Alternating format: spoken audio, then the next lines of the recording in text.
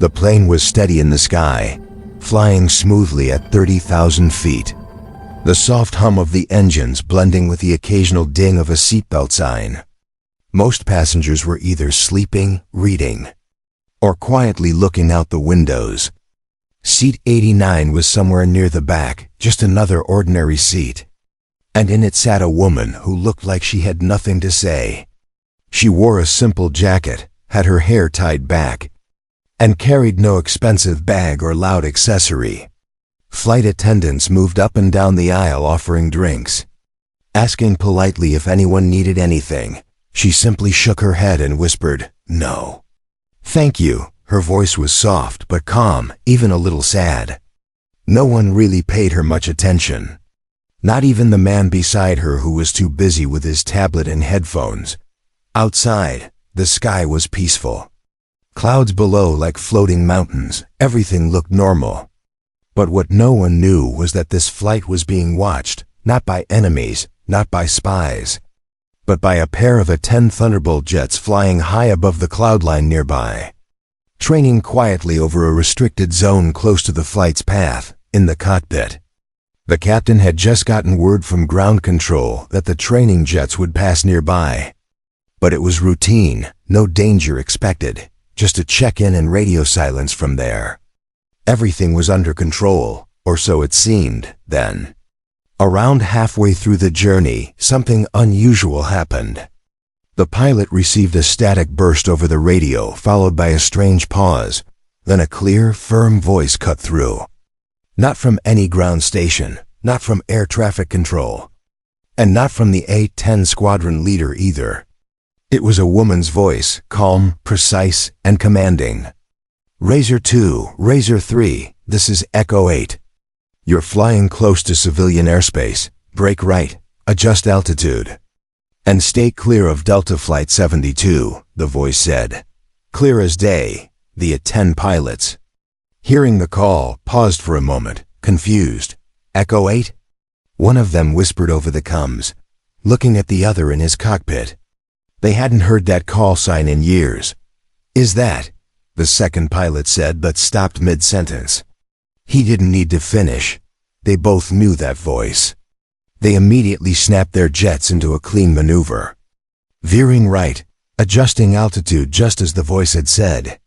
They didn't even question it. No hesitation, no confirmation needed. Just raw respect, back in the cabin.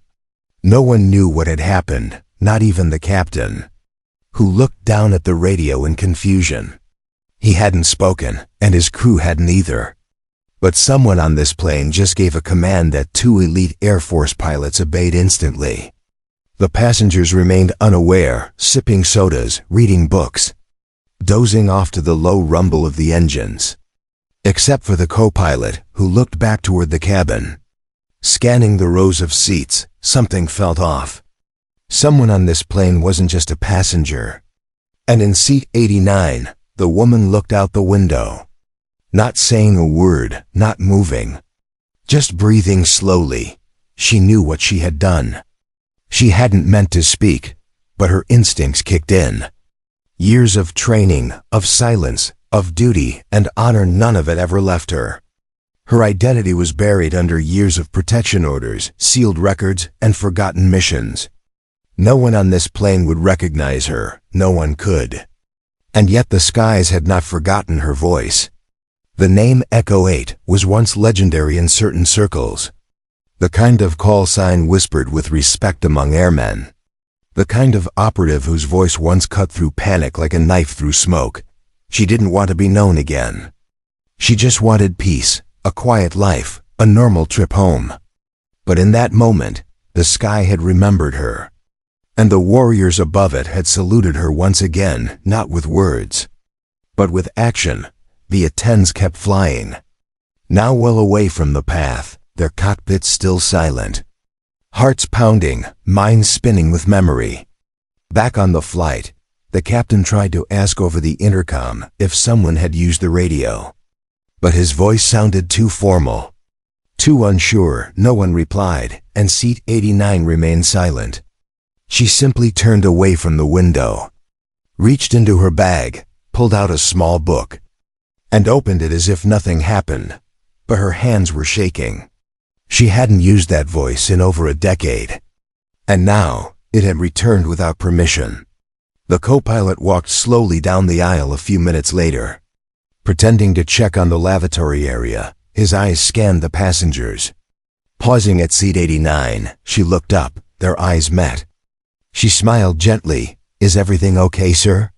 She asked quietly. He nodded, but something in his face told her he knew something. "No problems at all," he said, and walked back toward the cockpit, mind racing. She sighed and turned the page of her book. It was going to be a long flight, but for the first time in a long time, she felt something stir inside her chest, not fear, not regret, but a sense of being seen again. Even from the sky, the flight continued like any other. But something had shifted in the cockpit. The captain and co-pilot exchanged quiet glances, both uneasy but saying nothing out loud.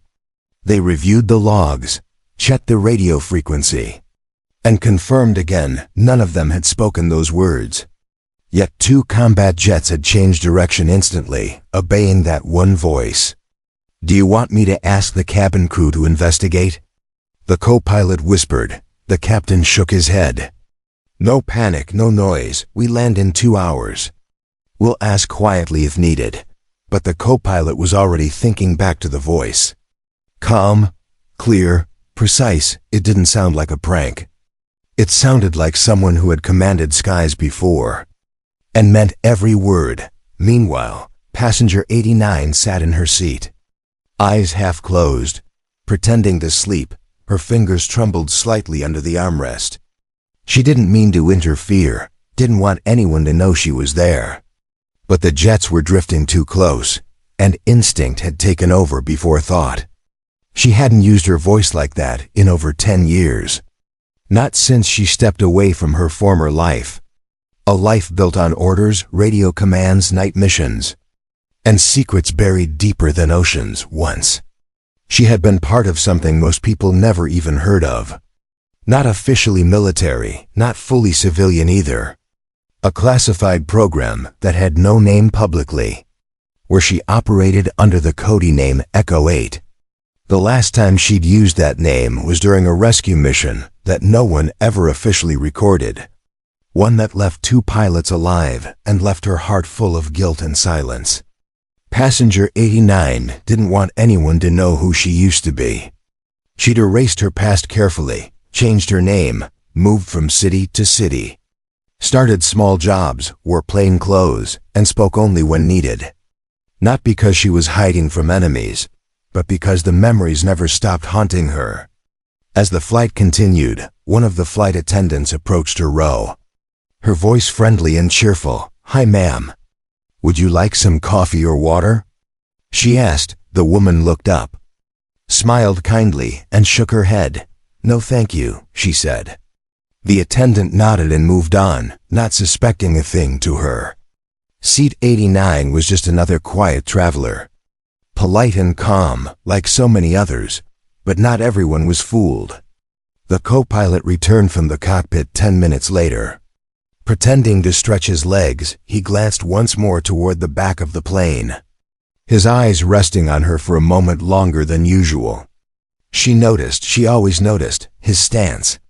The way he scanned, the way he stood with his back not fully turned. It reminded her of how she used to assess threats. When their eyes met again, she offered a faint smile, one that said, "I know you're watching." He didn't smile back.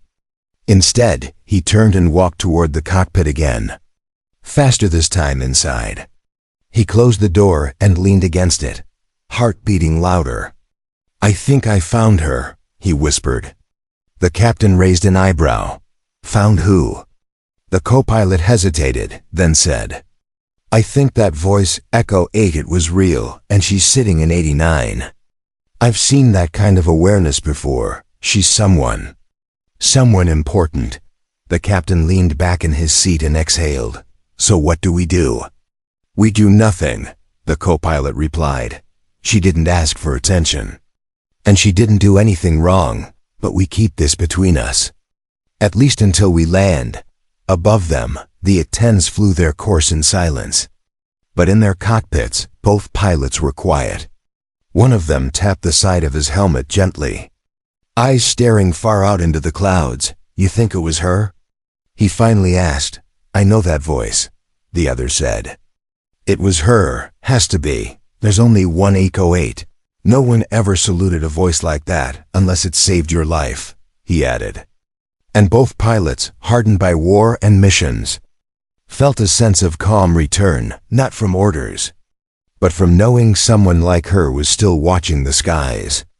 On the plane, passenger 89 closed her eyes again. This time for real, she didn't feel fear. Just the weight of being remembered, and for now, that was enough. The plane began its slow descent, clouds thinning out as the city lights below flickered into view. The passengers stirred in their seats, some stretching, others gathering their belongings. Flight attendants smiled and walked through the aisle. Checking seatbelts and tray tables, seat 89 remained still. The woman sat quietly, her hands now steady. But her mind raced in a way it hadn't for years. Each click of a seatbelt, each overhead bin opening, reminded her of another time, another mission. Another place where a single noise meant everything. The captain's voice came over the speaker. Ladies and gentlemen, we've begun our descent. Please ensure your seatbelts are fastened. His tone was calm, professional, but in the cockpit, calm was far from what he felt. He kept glancing at the co-pilot. Both of them now certain that the mysterious voice came from within their own cabin, and more specifically from a woman who had no intention of being known. As the wheels dropped and the flaps adjusted, everything looked ordinary from the outside, but high above them, the two A-10 pilots were still circling. Their training cut short, but their respect now deepened. One of them, older than the other, hadn't spoken in minutes. He just kept replaying the words from the radio in his head. He remembered the last time he heard that voice. It was years ago. A mission gone wrong. Fire on the ground. Panic in the air. They were losing altitude fast. Enemy fire below and engine trouble mid-air. Then a voice, clear through static, broke in. Drop altitude. Cut your left engine. Bleed off speed, and trust me. He did. They survived. And he never knew who she was, until today, meanwhile. The plane touched down smoothly, tires screeching gently against the runway. The cabin filled with that familiar lurch forward, then relief. A collective breath out as people realized they were safely on the ground. Some clapped, most just smiled. The woman in seat 89 didn't react. She simply reached down for her small bag, zipped it shut, and waited. As the aircraft rolled toward the gate, the co-pilot leaned toward the captain and asked quietly, "Do we notify ground security?" The captain thought for a moment, then said, "No, she didn't break a rule. Didn't cause panic, maybe she just helped." I say we let it go, but the co-pilot wasn't fully convinced. He stood up before the passengers were released and moved to the front, standing just beside the cockpit door, watching the flow of people as they moved down the aisle and off the plane. Then she came. Her steps were calm, her face neutral. But when she reached the front door, her eyes flicked to his, and for a brief second, something passed between them, not fear, not tension, recognition. He gave her a respectful nod. She didn't smile, she only whispered, "You fly well." Then she stepped off the plane. Outside, the cool air of the city greeted her. Lights reflecting on the wet tarmac, she walked slowly, not looking back. Every step a reminder that the past was never really gone, it simply waited. At the same time, in the A-10 base hundreds of miles away, a secure message arrived in the commander's inbox. It was brief. Just 2 lines. Echo 8 is active. No breach. Only a shadow. The commander stared at the screen, then leaned back in his chair, whispering the name like a ghost returning from the past. She's still alive, on the streets outside the airport. The woman hailed a cab. The driver asked where she was headed. "Nowhere far," she said, "just home." But even she wasn't sure where home was anymore. In that moment, she was still just passenger 89 to the world, a nameless figure in the crowd. But to two A-10 pilots, to a shaken co-pilot, and to a commander far away, she was something far more. She was Echo 8, and she had spoken once again. The cab moved slowly through the late-night traffic, raindrops sliding down the windows like tiny rivers. She sat in the back seat, her bag on her lap, eyes staring out without really looking. The driver hummed to himself, unaware of who sat behind him, unaware that the quiet woman he was driving had once changed the course of entire operations with just a few words. Where to? He had asked. She gave an address, not her real home, but one she used whenever she needed to disappear again. A rented apartment under a forgotten name, barely furnished but quiet and safe. As they drove, her mind went back to the sound of the A-10 engines, to the way they obeyed her voice without hesitation, the way the co-pilot looked at her, not with suspicion, but like someone who had seen something that didn't make sense. She hadn't meant to be seen. She had worked so hard to become invisible. Yet that voice, buried so deep inside her, rose up on its own. Like a soldier waking up without orders, only instincts. The cab pulled up outside a plain building. No lights in the windows, no sign of life. "This it?" the driver asked. She nodded and handed him the fare with a soft thank you. He drove off without a second glance. Inside the apartment, she locked the door behind her and leaned against it. Eyes closed, breathing heavy, not from fear, but from memory. On the floor beside her bed was a small black case. Untouched for years, she had brought it with her from her last life, but never opened it again tonight. Her hand reached for it. The lock still worked, clicking open with a quiet snap. Inside lay a compact headset, an old ID badge, dog tags with no name, just a number and a folded photograph. Creased from years of being untouched, the photo showed 4 people standing beside a jet, all in flight suits, their faces smiling, but their eyes serious. She was one of them, Echo 8. She traced her finger over one of the faces. Her closest friend back then, the only one who knew her real name, the one who never made it back from their last mission. He had been the reason she walked away, not because she failed, but because she couldn't bear to win while he was gone. A sudden knock at the door made her freeze. She closed the case gently and stood up. Another knock, firm, but not aggressive. She walked to the door and paused. "Who is it?" she asked, her voice flat. "Delivery," came the reply. "I didn't order anything." There was a pause. Then the voice said, "It's not food, ma'am. It's a message." She opened the door just a crack and saw a young man in civilian clothes, holding a sealed envelope. "Who sent you?" she asked. The man simply said, "Someone who heard your voice again." She took the envelope, closed the door without another word, and leaned against it once more, heart suddenly beating faster. Inside the envelope was a single sheet of paper, no signature, no name. Just a sentence written in precise handwriting. "We still remember the day you saved Razor 3. Echo 8, and so does he." She sank slowly into the chair, staring at the words, her throat tightening. The man she had saved in that burning sky, he was still alive. All these years, she believed he had vanished into the shadows, like so many others, but he remembered. They all did. She wasn't just a ghost anymore. She was waking up again. Not as Echo 8 the operative, but as someone who once mattered. Someone whose voice still echoed through the clouds. Morning light slipped through the window blinds, casting narrow lines across the wall. She hadn't slept. The note lay open on the table beside her untouched cup of tea. Her fingers lightly traced the words again and again, as if trying to pull more meaning from them. She still remembered the sound of Razor 3's voice back then, scared but proud, barely hanging on. She remembered every instruction she gave, every breath between commands, and how quiet the sky became after he responded with, "Copy, Echo 8. She thought he had vanished, maybe gone underground or worse, but now someone had reached her. Someone who wanted her to know that the past wasn't fully buried, and the envelope? It wasn't ordinary. The paper was government issue, the ink.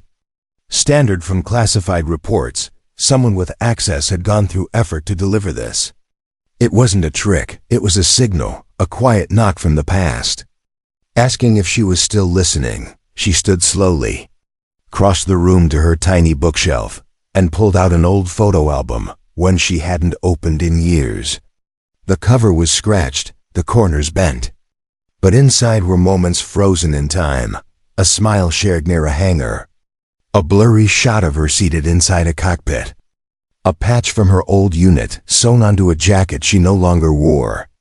Each picture whispered her name back to her, not the name she gave civilians, but the one spoken over encrypted channels. In hushed tones during Black Ops briefings, Echo 8, there was a knock again. Not at the door this time, at the window. She moved carefully, opened the curtain just enough to see. A man stood outside the fence in a gray jacket, clean-shaven, with sharp eyes that didn't match his casual clothes. His posture was military, even if his look wasn't. She opened the front door, but didn't invite him in. "You came fast," she said. He gave a nod. "You read the message," she nodded once. "I didn't know who else to trust," he said, then paused. "But Razor 3. He insisted, said if anyone could help, it'd be you." She stepped outside, pulling her jacket tighter against the cold morning air. "Help with what?" she asked, voice steady, but her stomach tense. The man looked around, cautious, then leaned in closer. "There's chatter." Encrypted lines picked up something odd 2 days ago. A grounded jet in civilian disguise left a deep tracking signature, same signature Razor 3's old plane carried. She frowned. "That aircraft was decommissioned after the mission," she said. "So we thought," he replied. "But something's flying with its ID again, and Razor 3. He believes someone's trying to pull you out, not to warn you, but to test if you're still alive." Her heart sank slightly. The voice she had used over the radio, had it drawn more than just friends? Was it a trigger? An alert to someone else watching the skies? "Why now?" she whispered, more to herself than him. "Because they think Echo 8 is still dangerous," he answered softly. "And if they're right, you're not just a passenger anymore." She looked down the street, her mind already calculating routes, scanning for exits, watching reflections in windows for movement. Old habits never died. She didn't want to be Echo 8 again. She had buried her gear, her title, her name. But the world had a strange way of remembering what it needed. And now it seemed, the sky was calling her once more. "Tell Razor 3 I'll reach out soon," she said quietly. "But not yet." The man nodded and walked away without another word, disappearing down the sidewalk like fog fading at dawn. She returned inside, locking the door gently, then pulled the case from under her bed once more. This time, she opened it fully, and at the bottom lay one final item wrapped in cloth, a small badge with an insignia so old most would think it was a relic. She held it in her hand and stared at it for a long time. Not as a memory, but as a decision waiting to be made. Asterisk night fell quietly, but inside her apartment, silence wasn't peace anymore. It felt like the calm before something heavier, thicker, as if the air itself waited for her next move. The badge still sat on the table, its metal surface catching glints of light from a nearby lamp. She hadn't worn it in 11 years, and now it stared at her like a mirror. She tried to sleep, but her body wouldn't allow it. Every creak outside the window, every car slowing down in the street, made her sit upright, breathing tight, listening the way she used to in war zones, when silence meant someone was coming. Around 2 o'clock a.m., she heard it again. A sound that didn't belong, Not footsteps, not a car. A sharp static burst, just like the one before she'd spoken on the plane. She sat up slowly, reached for the old headset still tucked into the black case under the bed, connected the battery she had stashed in a drawer, and pressed the power switch. Dead. Then suddenly, it blinked, one red light. Pulsing slow, someone was pinging her. Not a regular frequency, not military grade. This was someone imitating her old signal. Whoever it was, they weren't just trying to find her. They were daring her to answer. She didn't reply. She turned the device off, packed it back into the case, and stood by the window, across the street. Parked under a broken streetlight was a black SUV that hadn't been there an hour ago. Its windows were tinted, engine off, but she could feel the presence behind the glass. They were watching her. She stepped back into the room, heart beating steady but sharp, her mind already calculating options, what door to take, which exit to fake, how long it would take them to breach if she stayed frozen. She opened her closet and pulled out a small duffel bag. Light, packed for emergencies only. It had everything: disposable phone, encrypted USB, change of identity papers, and one small revolver wrapped in a cloth. She didn't want to run, but she couldn't stay here anymore, not now. Not when someone had pulled her signal from the shadows and dared her to blink. Suddenly, the knock came, not loud, but firm, not at the window this time, at the back door. Her breath caught. Nobody ever used the back entrance, not unless they knew it existed. She stepped forward quietly, didn't make a sound, and pressed her ear to the door. Then a voice, low, male, came through. "It's me. Don't shoot." The words meant nothing, but the voice did. She unlocked the door slowly, keeping her weight steady, and opened it just a few inches. There he stood, older now. A light scar across his cheek, but unmistakable. Razor 3. He looked at her like someone who had walked through fire just to stand there. "You shouldn't be here," she whispered, her voice sharp. "They're following you," he said, eyes scanning the shadows. "They're using your name to bait ghosts, not just you, but anyone tied to the old missions." Her stomach twisted. "How did you find me?" she asked. "I never stopped tracking you," he said with a half smile. "Didn't know where you were, but I always knew you'd surface if the skies needed you again." "You were dead," she said. He shook his head. "I was quiet, like you. Until now." She opened the door fully and let him in inside. The old tension broke for a second as they stood face to face. Not as ghosts, but as people who once trusted each other with their lives. "You're being hunted," he said softly. "And not by strangers, by someone who knows our system. Someone who wants to shut down what we were." Her face turned hard. "I buried that life for a reason," she said, voice low. "I know," he replied. "But it's digging itself back up." He pulled something from his coat pocket, a photo. It was her, on the plane, taken from the terminal window after she walked off. "Someone leaked this," he said. "They know you're Echo 8. She stared at the image, then looked up at him. It wasn't just a knock on her door anymore. It was war, in the shadows, and this time, it had her name written on it. The air inside the apartment felt different now. Not heavy with fear, but sharpened with purpose. Razor 3 sat across from her, his back straight, eyes focused. The same way he looked during briefing sessions years ago. It was like time had paused, then brought them both back to the same table. "I have less than 12 hours, he said. "After that, they'll trace the relay I used to send that message. And they'll come here, not with questions, but with a cleanup order." She said nothing at first. Just stared at the photo again, the one taken outside the airport. Her image blurred, but recognizable to anyone who once knew Echo 8. "I didn't ask to be pulled back in," she said softly. "I know," he replied, "but they chose the battlefield. Not you." She stood and walked to the window again. The SUV was gone now. But the silence it left behind was louder than any engine. Across the street, a flickering streetlight blinked out completely. "We have one chance," she said finally. "We send the signal first.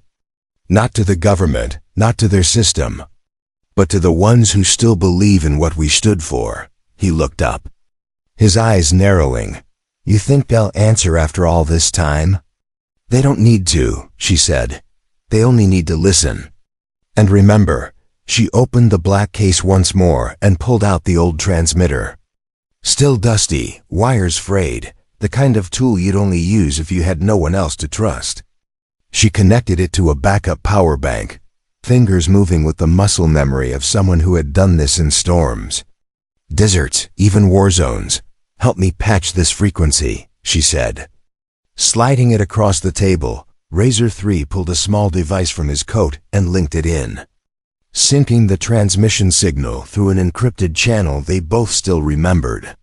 When the connection lit green, she hesitated for a moment, then lifted the mic to her lips. "This is Echo 8, she said. Then paused. A long silence followed. She hadn't said that name in so long, even her own voice felt foreign. "I'm alive," she continued, "and I know they're listening. To those who once flew under this sky with me, if you're out there, know this: someone's using our past as a weapon. And they're hunting what we built, not for justice, but for control." She ended the message with a single phrase, one that hadn't been spoken on any public channel in over a decade. "Eagles don't kneel." Then silence. They waited. Minutes passed, nothing. Just the blinking light of the transmitter. And then, a short beep, then another, then two more. Spaced out with perfect rhythm, it was a reply. A coded response used only by echo units. Someone was out there. And they had heard her. She sat back, her chest rising with a slow breath she didn't know she was holding. Razor 3 smiled faintly. "You just woke up the sky," he said. But before they could speak again, a small red light blinked on the side of the transmitter, a trace signal. "They're close," she said. "Too close." Razor 3 stood, pulling out a burner phone and slipping it into her hand. "Take the car in the alley, not the front. I'll stay here." "Stall them." "No," she said, grabbing his arm. "We leave together." He shook his head slowly. "You're the voice they fear. I'm just a ghost." Tears formed in her eyes, but she blinked them away. There was no time for softness now. "I'll call when it's safe," he said, backing toward the door. "And when you do speak again, speak loud enough for the sky to answer." She grabbed her duffel, slipped through the back door, and vanished into the night. By the time the black vehicles returned to the street, the apartment was quiet again, empty, cold, but in a secure satellite link miles away. The signal from Echo 8 kept repeating, bouncing through channels, waking up old networks that were never truly shut down. Somewhere across the country, someone in uniform stood up from their desk, heart racing, eyes wide. Echo 8 was back. Not just as a voice, but as a warning. The sky would not kneel, and neither would she.